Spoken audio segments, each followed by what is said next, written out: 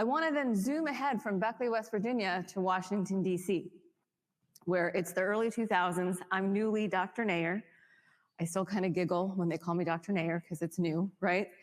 And I get this call, and Ryan, wherever you are, this is a true story. I get a call from a family practice doctor from Nebraska. And this has nothing to do with NRC, but it was Nebraska. And it was, let's say, 2, 3 in the morning. And this doc calls me. I don't know him at all. He doesn't know me. And he says, look, he's clearly panicked. He's clearly worried. He said, I have a newborn here. I don't know a rheumatologist. We don't have a rheumatologist, right? This is rural Nebraska. So I thought I'd just page the Academic Medical Center DC and see if you call me back. And like a young, naive doctor, I did, right? Who's thinking about liability? And so I said, can you present the case to me?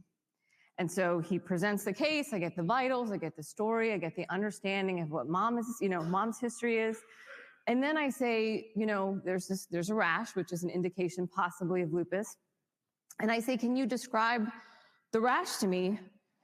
So he does his best, because the way family practice docs describe rashes are very different from the way rheumatologists do, right? Rheumatologists were like, it's erythematous, it's macular, it's papular. Family practice doctors say, it's red.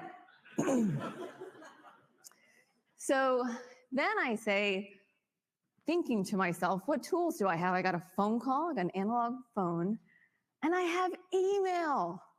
So I say, can you email me a picture? I think now I got the story, I got the vitals, I got the scenario.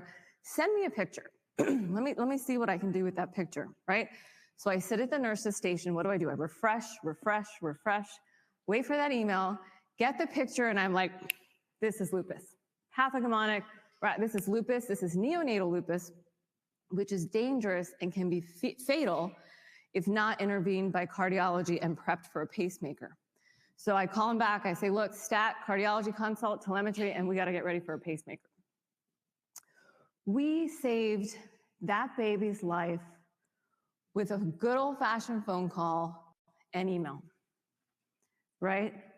And by focusing on the patient and focusing on supporting a colleague who's trying to make healthcare better. And that is fundamentally why we're here. And that is fundamentally why I'm in technology and innovation. And if you don't lose sight of those two things, which is patients first, and how do we support the people in this room to make healthcare better collectively, you can never innovate in the wrong way.